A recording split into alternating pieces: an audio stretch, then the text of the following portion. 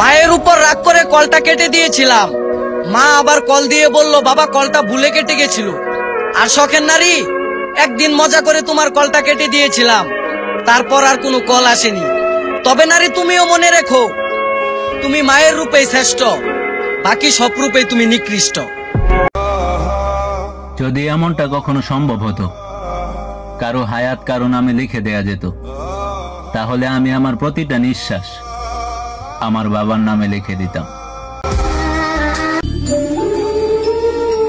31 December রাত 11:59 সবার প্রিয় মানুষই সবাইকে মেসেজ দিয়ে নতুন বছরের শুভেচ্ছা জানাবে। আমার তো আর প্রিয় মানুষ নাই, তাই আমাকে মেসেজ দিয়ে শুভেচ্ছা জানারও কেউ নাই।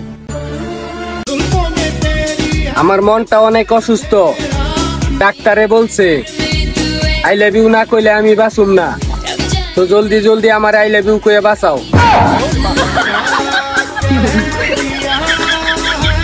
আজ বছরের শেষ জমা, জানি না এটা কার জীবনের শেষ জমা হয়। আল্লাহর কাছে একটাই দোয়া যে আল্লাহ তুমি সবাইকে মুমিন হিসেবে গ্রহণ করো, আমিন। You and me not same bro. তোমার টার্গেট নারী আর আমার টার্গেট মানি।